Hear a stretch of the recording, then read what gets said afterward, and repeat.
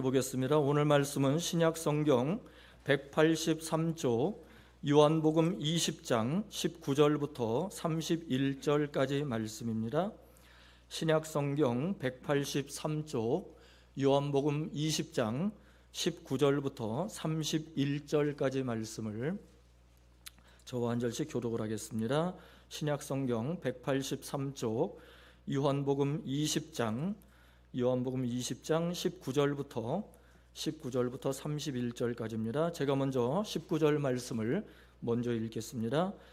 이날 곧 안식 후 첫날 저녁 때에 제자들이 유대인들을 두려워하여 모인 곳의 문들을 닫았더니 예수께서 오사 가운데 서서 이르시되 너희에게 평강이 있을지어다.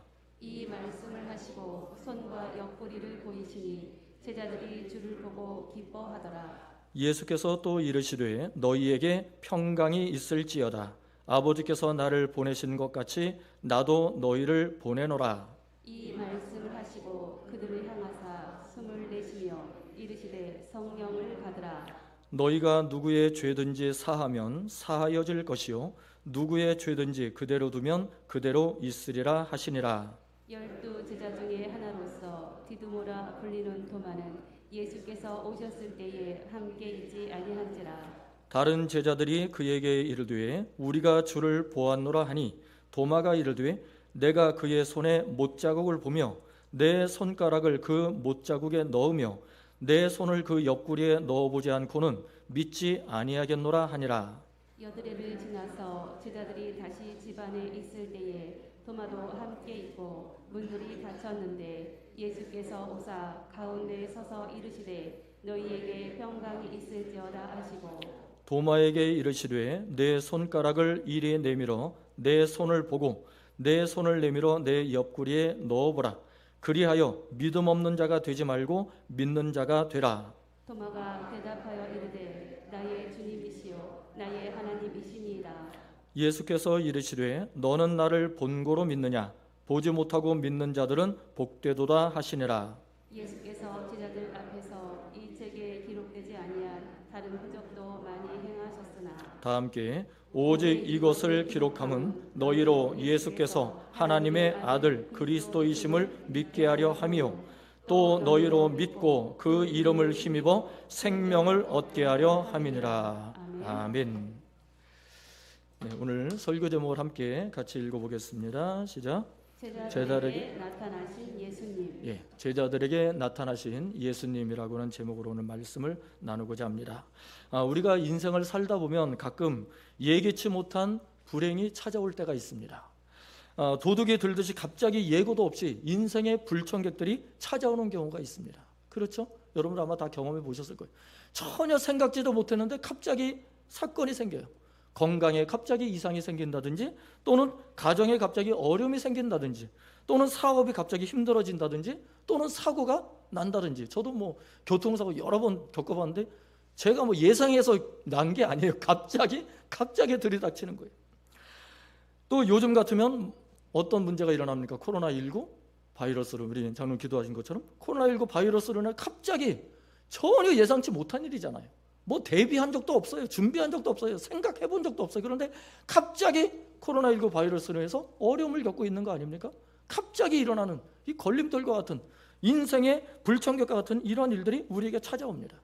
그런데 이런 불청객이 갑자기 찾아오게 되면 우리 마음에 제일 먼저 드는 감정이 뭐냐 하면 바로 두려움입니다. 두려움이 제일 먼저 찾아온다는 거예요. 이 두려움이 제일 먼저 찾아오는데 이 두려움은 뭐를 뜻하면 일종의 무서운 거예요. 무서움. 두려움이 찾아오면 무서워요. 이 무서움이 두려움과 똑같은 뜻입니다. 그러다 무엇이 우리를 두렵게 하고 무서움에 떨게 만드느냐? 그거는 다른 게 아니에요. 내가 가지고 있던 것을 잃어버릴까 봐 두려운 거예요. 내가 가지고 있던 것을 빼앗길까 봐 무서운 거예요. 한번 생각해 보세요. 내가 건강해. 지금 여러분들이 건강한데 갑자기 건강에 이상이 생겨서 죽을 병에 걸렸다 이거예요. 그러면 내가 가지고 있던 이 건강을 잃어버리는 순간 마음속에 뭐가 들어와요? 두려움이 들어오는 거예요. 무서워지는 거예요. 야, 이거 나 이게 잘못된 나 이게 죽는 거 아니야? 두려움에 빠지게 돼. 무서워지는 거예요. 그뿐만이 아닙니다. 내가 잘 살고 있었어요. 물질이 풍부했어. 그런데 갑자기 한순간에 물질이 다 없어졌어. 빈털터리가 됐어. 그렇게 되지 않으려고 우리가 아둥바둥하면서 돈을 벌고 물질을 움켜잡는 거예요. 왜 그러냐? 이게 한순간에 사라져버리면 내가 어떻게 되는 거야? 두려움이 엄습해 오는 거거든. 무서워지는 거예요. 그러니까 내가 잡고 있는 것을 놓지 않으려고 아둥바둥하며 우리가 살아가고 있는 거예요.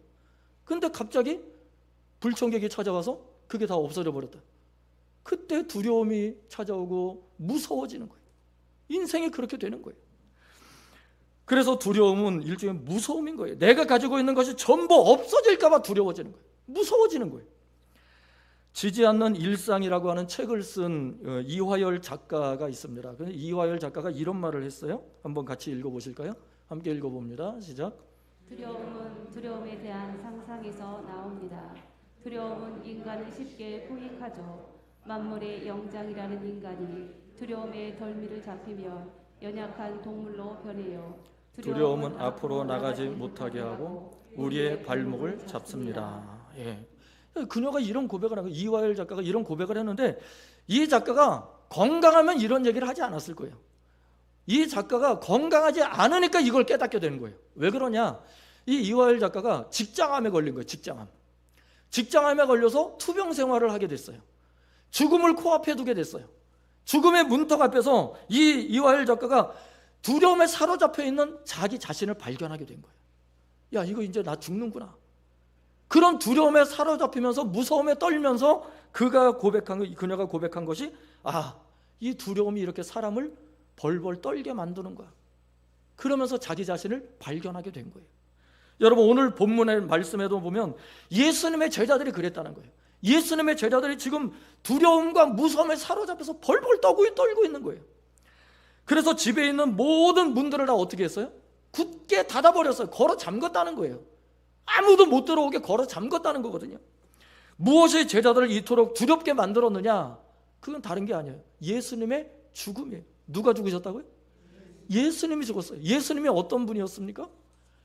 예수님이 하나님의 아들이라고 그렇게 자신만만하게 말씀을 하셨었고, 그리고 그 예수님이 이스라엘을 회복시킬 왕으로 오셨다고 생각한 거예요, 제자들은.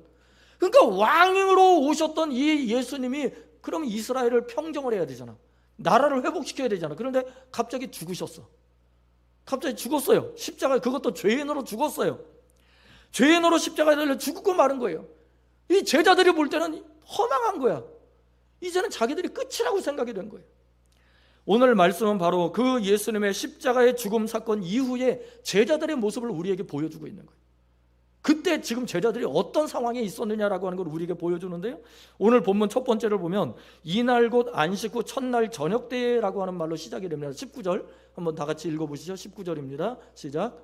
이날 곧 안식 후 첫날 저녁 때에 제자들이 유대인들을 두려워하여 모인 곳의 문들을 닫았더니 예수께서 오사 가운데에 서서 이르시되 너희에게 평강이 있을지어다. 아멘. 자, 이 날이라고 하는 이 날은 언제를 말하냐면 예수님이 부활하신 날을 말하는 거예요. 그런데 지금 제자들이 그걸 알아요, 몰라요? 예수님 부활하신 걸 몰라. 지금 모르는 상태에 있는 거예요. 예수님 부활하신 걸 믿지도 않고 모르는 상태에 있는 거예요, 지금. 그러면서 제자들은 예수님 부활하신 것도 모른 채 유대인들에게 붙잡혀갈까 봐, 로마 군인들에게 붙잡혀갈까 봐 문을 다 걸어 잠그고 집에 숨어 있는 거예요. 두려움과 무서움에 벌벌 떨면서 집안에 숨어 있었단 말이에요. 예수님의 죽음은 제자들에게 엄청난 충격이 된 거예요. 엄청난 충격으로 다가왔어요. 왜 그러느냐? 아니, 괜히 예수라는 사람을 따라다니다가 자기들도 어떻게 돼요? 자기들도 죽게 됐다 이거예요. 괜히 예수라는 사람 따라다녔다가 나도 죽게, 우리도 죽게 됐다. 차라리 따라다니지 말걸. 그러면 죽지도 않을 거 아니야. 그런데 예수라는 사람을 따라다니다가 자기들도 죽게 된 거거든. 이제 잡혀가게 된 거예요. 그러니 너무 허망한 거예요. 그래, 두려운 거예요. 무서운 거예요. 그래서 두려움과 무서움에 휩싸여서 문을 굳게 잠그고 있는데 갑자기 부활하신 예수님이 천사처럼 그들 가운데 짜잔 하고 나타나신 거예요. 얼마나 놀랬겠어요. 그리고는 제자들에게 뭐라고 말씀하시느냐? 너에게 평강이 있을지어다. 이렇게 말씀하신 거예요. 두려움과 무서움에 떨고 있는 이 제자들을 향해서 예수님이 첫 번째 하신 말씀이 뭐냐면 너희에게 평강이 있을지어다. 이 말씀을 예수님이 한 번만 하신 게 아니에요. 19절에 한 번 하셨죠? 21절에 두 번째 하셨죠? 26절에 보면 또 세 번째 똑같은 말씀을 세 번씩이나 반복하고 계세요. 세 번씩 반복했다는 것은 뭘 뜻합니까? 그 말씀이 중요하다는 것을 말씀합니다. 너무너무 제자들에게 중요한 말이라는 거예요. 제자들에게 정말 필요한 거는 평강이라는 거예요. 평강. 예수님이 똑같은 말씀을 세 번씩이나 반복한 것은 제자들에게 정말 절실히 필요한 것은 평강이었다는 거예요. 무서움과 두려움에 떨고 있는 제자들에게 가장 절실히 필요했던 것은 평강이었기 때문에, 마음의 평안이었기 때문에 예수님이 너에게 평강이 있을지어다라고 말씀을 주신 거예요. 이것을 어떻게 알 수 있느냐? 오늘 본문을 보면 우리가 알 수 있어요. 문들을 닫았다는 것은 제자들의 심리 상태가 지금 얼마나 두려움과 무서움에 떨고 있는지를 보여주는 거예요. 문을 다 걸어 잠갔잖아요. 아무도 못 들어오게 했어요. 숨어 있었어요. 제자들의 심리 상태가 지금 그토록 무서움과 두려움에 떨고 있었다는 거예요. 제자들은 예수님처럼 자기들도 붙잡혀가서 고문당하고 채찍질당하고 매맞고 그러다가 십자가에 달려 죽을 거라고 생각을 했기 때문에 두려운 거예요. 무서움에 떨고 있는 거예요. 자기들도 그렇게 죽을까 봐. 그래서 집에 있는 문들을 전부 닫아 걸고 숨어 있었던 것입니다. 이런 제자들에게 가장 필요했던 것이 무엇이었느냐? 음식일까요? 두려움에 떨고 있는 사람들에게 음식 줘보세요. 그게 목에 넘어갑니까? 안 넘어가죠. 무서움에 벌벌 떨고 있는데 아무리 좋은 것을 줘보세요. 그게 넘어가나? 아무리 금은보화를 갖다 줘보세요. 그게 눈에 들어옵니까? 자동차 자가용을 줘보세요. 아파트를 줘보세요. 두려움과 무서움에 떨고 있는 제자들에게 그게 희망이 됩니까? 그게 위로가 됩니까? 아무 위로가 되지 않아요. 지금 제자들에게 정말 필요한 것은 뭐냐? 두려움에서 해방시켜주는 거예요. 무서움에서 해방시켜주는 거예요. 그거 외에는 해답이 없는 거예요. 해답이 없다고요. 여러분, 잡혀가서 죽으면 그만인데 그게 다 무슨 소용이냐고요. 우리도 안 그렇습니까? 만약에 우리가 지금 당장 이제 죽게 돼 있다. 그러면 지금 우리가 누리고 있는 게 이게 다 무슨 소용이에요? 죽으면 그만인데 아무 의미가 없어요. 우리가 금방 죽게 됐다 그럼 제일 필요한 게 뭐예요? 죽게 됐다 그러면 제일 필요한 게 뭐냐고요? 사는 거죠. 생명이 생명. 사는 게 제일 중요하지. 금은보화가 무슨 소용이야? 집이 무슨 소용이야? 아무 소용 없어요. 그렇잖아요. 지금 제자들에게도 제일 필요한 것은 다른 게 아니어서 그들을 두려움과 무서움에서 해방시켜주는 게 최고예요. 그거 외에는 해답이 없어요. 그래서 예수님이 제자들에게 나타나서 제일 먼저 하신 말씀이 뭐냐? 너희에게 뭐가 있으라? 평강이 있을지어다라고 말씀을 하신 거예요. 그것도 세 번씩이나. 왜? 두려움과 무서움에서 해방시켜주는 방법은 그거밖에 없었거든요. 여러분 생각해 보세요. 어린아이가 놀이공원에 갔다가 아빠 엄마를 잃어버렸어요. 울고 있어요. 그 아이에게 필요한 게 뭐예요? 그렇죠. 그 아이에게 아무리 맛있는 거를 갖다 줘 보세요. 아무리 금은보화를 갖다 줘 보세요. 아무리 자동차를 갖다 줘 보세요. 그 아이에게 필요한 것은요, 아빠 엄마를 찾아주는 거예요. 야, 울지 마. 내가 아빠 엄마 찾아줄게. 걱정하지 마. 알았지? 그러면 금방 눈물을 뚝 그친다고. 다른 게 필요 없다니까. 해답은 그거밖에 없어요. 지금 예수님의 제자들에게도 마찬가지. 제자들에게도 가장 필요한 것은 뭐냐? 예수님밖에 없는 거예요. 부활하신 예수님이 그래서 찾아가신 거예요. 제자들에게. 다른 걸 갖다 줘봤자 아무 소용이 없는 거예요. 제자들에게는 부활하신 예수님이 바로 해답이었다는 거죠. 해답. 그거 외에는 방법이 없는 거예요. 여러분, 우리 인생도 마찬가지입니다. 우리 인생에 전혀 생각지 못한 일들이 갑자기 일어날 수 있고 갑자기 들이닥칠 수 있어요. 그래서 누구나 다 경험해 보잖아요. 그럴 때 우리는 두려움에 사로잡히고 근심 걱정에 파묻히게 됩니다. 그럴 때 우리는 어떻게 해야 됩니까? 누구를 찾아야 돼요? 예수님을 찾고 하나님을 찾아야 된다는 거예요. 다른 방법이 없어요. 우리를 두려움과 무서움에서 벗어나게 해주실 분은 하나님밖에 없어요. 예수님밖에 없어요. 아무리 세상에 나가서 사람들을 붙잡고 나 좀 도와달라고 아무리 애걸복걸 해보세요. 해답이 없다니까. 우리를 죽음에서 건져주실 분은, 우리를 두려움과 무서움에서 건져주시고 해방시켜주실 분은 예수님밖에 없어요. 부활하신 예수님밖에 없다. 그래서 우리가 예수님을 전하는 거예요. 그래서 우리가 복음을 전하는 거예요. 그러면 해답이 보이는 거, 그때서야. 하나님을 찾고 예수님을 찾으면 그때 해답이 보이게 되는 거예요. 두려움이 사라지고 마음에 뭐가 임해요? 평강이 임하게 되는 거예요. 마음에 평안이 임하면 그때부터 길이 열리기 시작하는 거예요. 그때부터 길이 열린다고. 그 전까지는 길이 안 보입니다.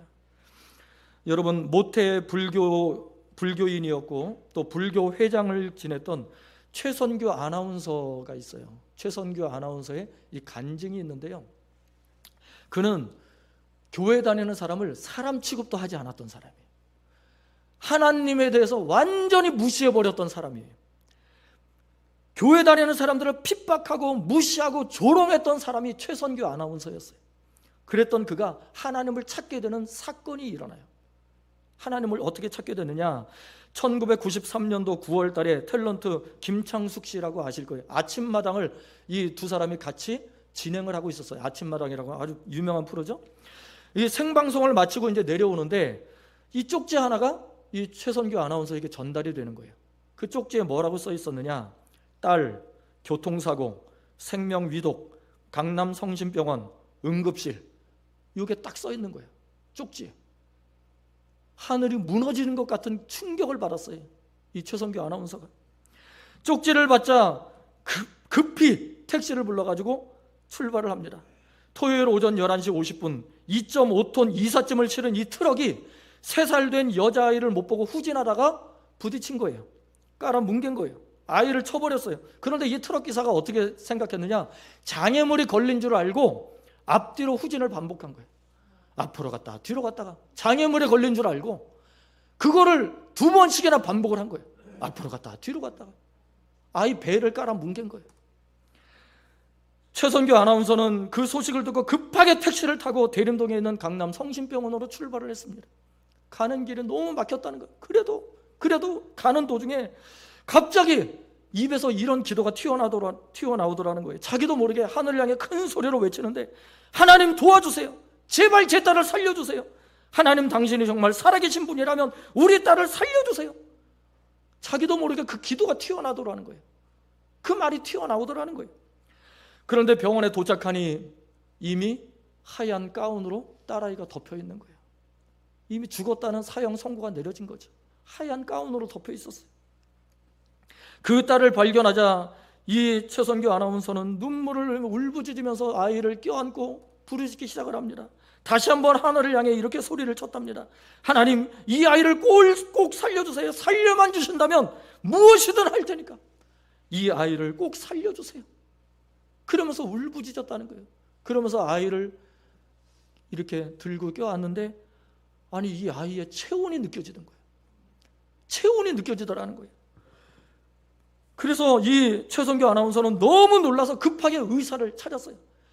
여기요, 아이가 살아나는 것 같아요. 그런데 아무도 오지 않는 거예요. 왜냐?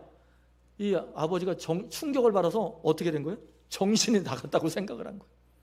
정신이 나갔다고 생각을 하고 의사 간호사가 아무도 찾아오질 않는 거예요. 아무도 돌봐주질 않는 거예요. 그때 아이가 무언가를 속삭이는 것 같아서 이 아빠가 아이의 목에 손가락을 살짝 넣어봤대요. 그랬더니 이 아이가 콜록하면서 기침을 하면서 입에 있던 검은 핏덩이를 팍 쏟아버리더라는 거예요. 그러면서 그때부터 숨을 쉬기 시작을 하는 거예요.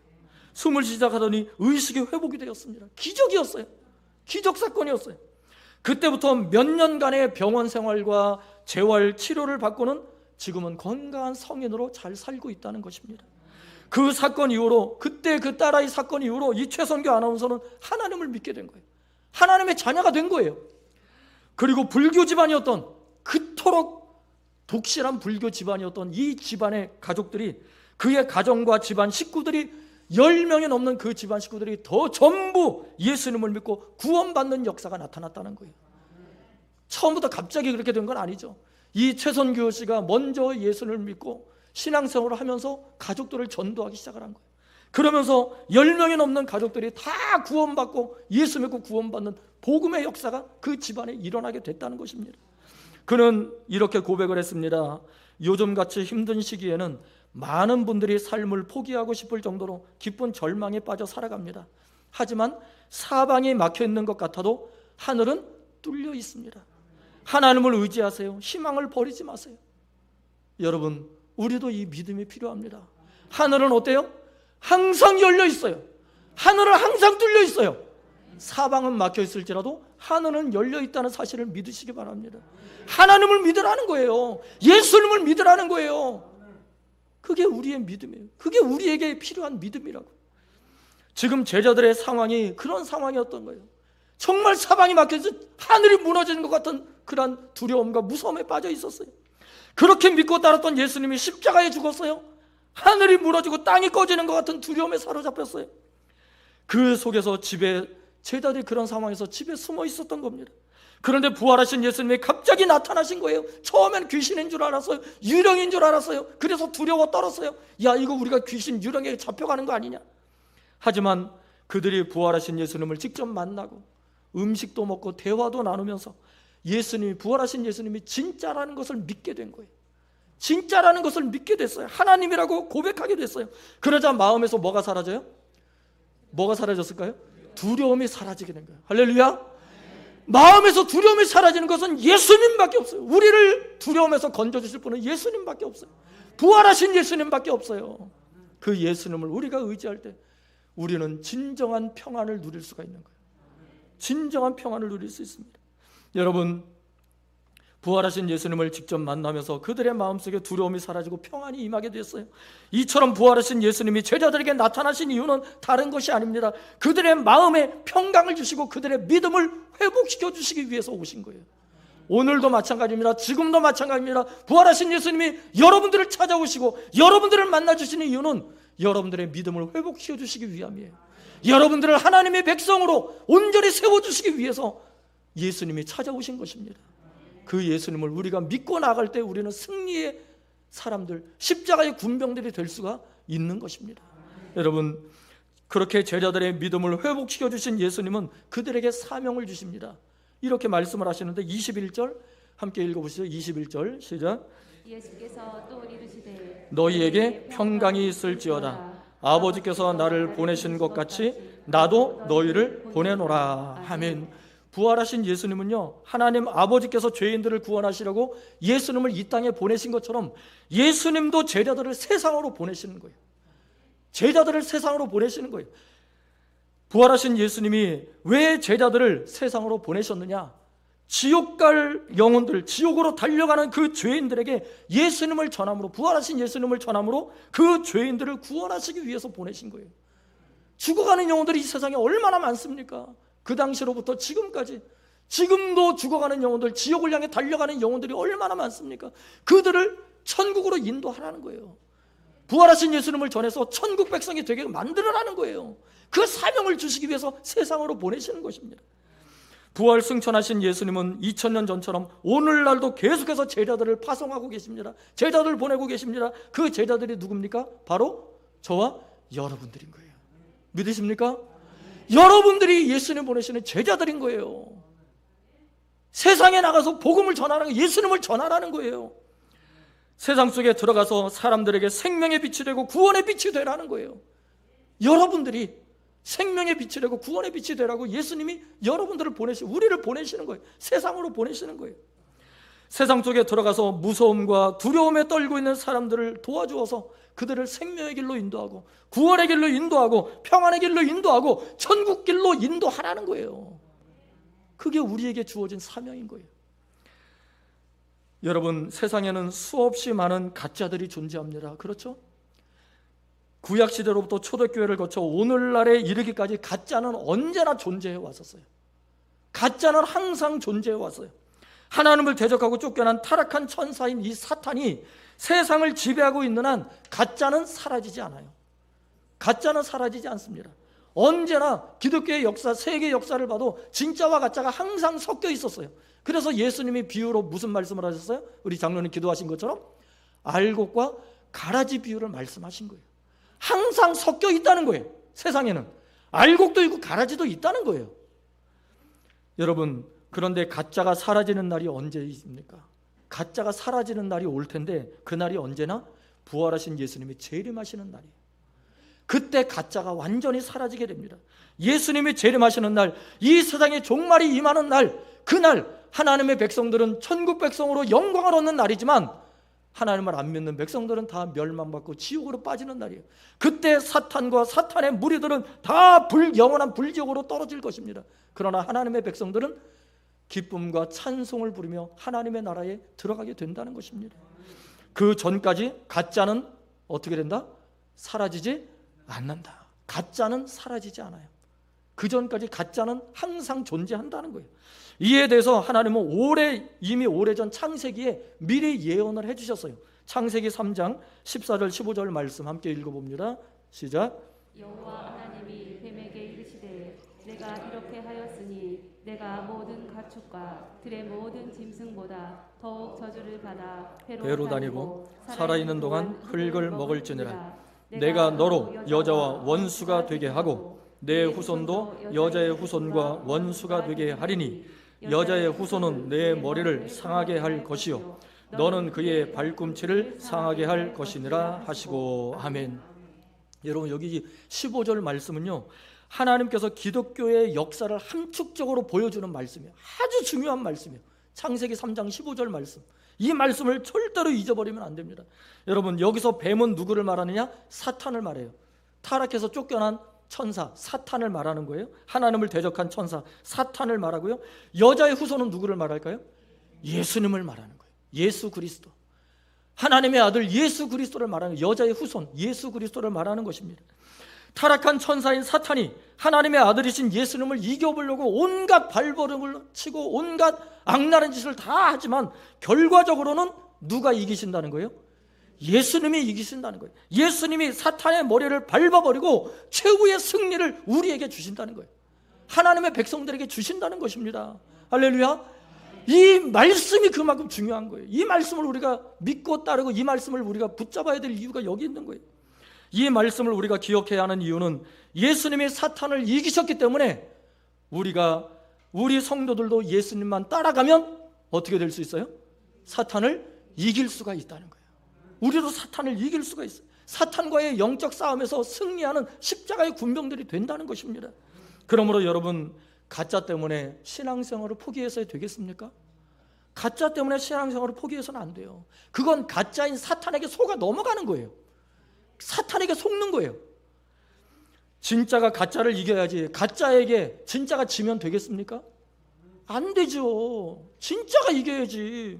여러분, 진짜 다이아몬드, 진짜 황금은 불 속에 넣어도 그대로 존재합니다. 물 속에 넣어도 그대로 존재합니다. 쓰레기통 안에 파묻어도 다이아몬드와 황금은 진짜는 변하지 않아요.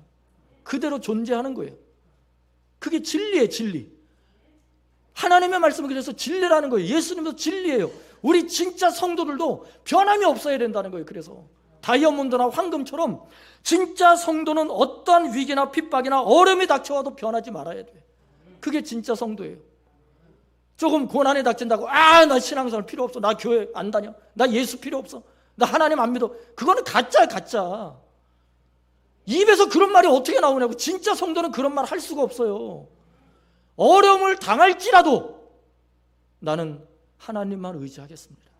나는 예수님만 따라가겠습니다. 그게 진짜지. 물질적인 어려움을 겪는다고 나 교회 안 돼, 예수 안 믿고 나 하나님 안 믿는다고 어떻게 그런 얘기를 하냐고요. 그거는 가짜예요. 여러분, 죽음이 코앞에 닥칠지라도 나는 끝까지 예수님을 따르겠습니다. 나는 끝까지 하나님의 자녀로 살겠습니다. 천국에 저는 소망이 있습니다. 그 고백이 있어야 진짜지. 그게 진짜 성도죠. 여러분, 이와 같이 진짜 성도는요, 다이아몬드나 황금처럼 어떠한 상황 속에서도 결코 변하지 않는 사람입니다. 여러분, 오히려 진짜 성도는요, 밤이 깊을수록 더 밝게 빛나는 밤하늘의 별처럼 진가를 발휘하게 된다는 거예요. 더 빛나게 돼 있어요. 어려움이 다가올수록 더 빛나는 것이 진짜 성도의 모습이에요. 그래서 여러분, 세상에 안 믿는 자들이 저와 여러분들을 보고 나도 예수님을 믿어봐야겠다, 나도 하나님을 믿어봐야 되겠다, 나도 당신이 다니는 교회에 나도 나가봐야 되겠다, 그런 고백이 나와야 된다는 거예요. 그게 진짜 성도의 모습이죠. 그래서 예수님 뭐라고 말씀하셨습니까? 너희는 세상에 빛이 되고 소금이 되라고 말씀하신 거죠. 세상에 빛을 발해야 되는데 오히려 세상을 어둡게 만들고 세상에 소금의 맛을 내야 되는데 오히려 사람들을 썩게 만들고 쓴 맛을 내게 만들고, 그거는 진짜가 아니 가짜예요. 가짜 소금은 먹으면 써요. 쓰잖아. 김치도 못 담고 김장도 못해. 한번 우리가 경험해 봤잖아요. 소금 잘못 샀다가 김장 완전히 망쳐버린 적이 있어요. 가짜기 때문에 그래요. 가짜기 때문에. 우리도 마찬가지. 우리 이 땅에 사는 그리스도인도 마찬가지예요. 진짜 성도들은요, 주변의 사람들을 위로해 줍니다. 사랑해 줍니다. 아껴 줍니다. 보듬어 줍니다. 그들을 올바른 길로 인도해 줍니다. 그들을 안아 줍니다. 예수님의 사랑으로 품어 줍니다. 근데 가짜 성도는 시기하고 질투하고 비판하고 그리고 물리치고 인정을 안 하려고 하는 거예요. 그게 가짜 성도들의 모습 아닙니까? 사탄에게 속으면 안 돼요. 우리는 영적 분별력을 가지고 진짜를 분별할 수 있어야 돼요. 무엇이 옳고 그른지를 영적 분별력으로 봐야 돼요. 그러려면 말씀을 알아야 돼요. 말씀만이 우리를 올바른 길로 인도합니다. 예수님의 말씀을 우리가 바로 보고 말씀대로 살면 우리가 말씀대로 올바른 분별력을 가지고 승리하는 하나님의 자녀들이 될 줄로 믿습니다. 여러분, 그것이 바로 전도 아닙니까? 살아있는 전도. 그래서 여러분, 저와 여러분은 살아있는 전도지가 돼야 돼요. 살아있는 전도 편지가 돼야 돼요. 여러분들을 보고 나도 교회 따라가 봐야지. 나도 저분처럼 교회 가봐야지. 예수님 믿어봐야지. 그런 간증이 나와야 돼. 그런 간증이 나와야 돼. 저 사람 보고 나 교회 안 나가야지. 저 사람이 다니는 교회는 어떤 교회야? 다 썩었나 봐. 이런 말이 나오면 안 되잖아요. 절대로 그런 말이 나오면 안 돼.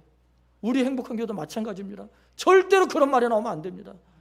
살아있는 예수님의 머리가 되고 살아있는 교회, 진짜 성도를 다니는 교회는요, 잡음이 없어야 돼요. 하나님의 사랑이 항상 임하는 곳이 되어야 돼요. 불평 불만이 사라져야 돼요. 항상 성령의 열매가 맺히는 교회가 되어야 됩니다. 사랑과 희락과 화평과 오래 참음과 자비와 양선과 충성과 온유와 절제의 열매가 날마다 맺히는 그 교회가 살아있는 교회, 예수님이 섬기는 교회, 진짜 성도들이 있는 교회인 줄로 믿습니다. 우리 모두 그러한 교회를 만들어가는 진정한 그리스도인들, 진짜 행복한 성도들이 되기를 주님의 이름으로 축원을 드립니다. 기도하겠습니다. 하나님, 오늘도 말씀을 주시니 감사를 드립니다. 어둠과 절망과 두려움과 무서움 속에 떨고 있던 제자들에게 부활하신 예수님이 찾아오심으로 그들에게 희망을 주시고 믿음을 회복시켜 주시고 다시금 사명자로 세워주셨던 것처럼 저희들도 어려운 이 시기에 다시금 믿음의 회복이 이루어지기를 소원합니다. 예수님만을 의지하고 예수님만을 붙잡고 살아감으로 온전히 영적 회복이 일어나게 하여 주시옵시고 이 사단 가운데 빛을 발하며 소금의 맛을 내는 역할을 감당하는 진정한 그리스도인들이 다 되게 하여 주옵소서. 살아있는 성도, 살아있는 예배자, 살아있는 하나님의 자녀들이 다 되게 하여 주셔서 수많은 영혼들을 올바른 대로 이끌게 하여 주시고 천국 가도록 인도할 수 있는 천국 백성들 되게 하여 주옵소서. 예수님의 이름으로 기도하옵나이다. 아멘.